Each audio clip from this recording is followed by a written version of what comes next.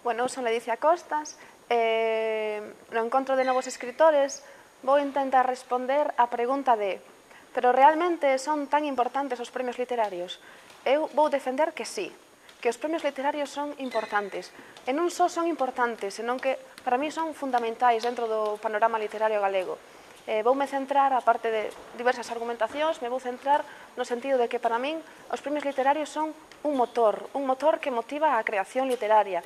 E ademais son tamén un interesante indicador para ter claro en que estado se encontra a creación literaria galega. Pero aparte de todas estas cuestións e outras que tratarei alá, vou intentar tamén poñer un asunto sobre a mesa. É o seguinte, que os premios literarios, ademais de todas esas cousas, son tamén unha moeda de dúas caras. En Galicia, e agora me estou centrando únicamente na creación poética, estamos nun momento no que as editoriais pechan a billa á hora de editar poesía. Entón, os novos valores, desde o meu punto de vista, poden chegar a toparse un pouco perdidos, no sentido de como facemos para publicar, como facemos que os nosos textos, os nosos poemas, cheguen a ver o papel, como facemos para que vexan a luz. Entón, están aí os premios literarios como algo que é accesible a todo mundo se pode presentar os premios literarios, é moi atractivo polo premio, polos cartos e porque algúns aparte teñen o trasfondo da posible publicación. Pero que pasa? Que pode ser frustrante presentarte continuamente a premios literarios a un, a outro, a outro e a outro e ver que iso non fructifica e acaba en nada.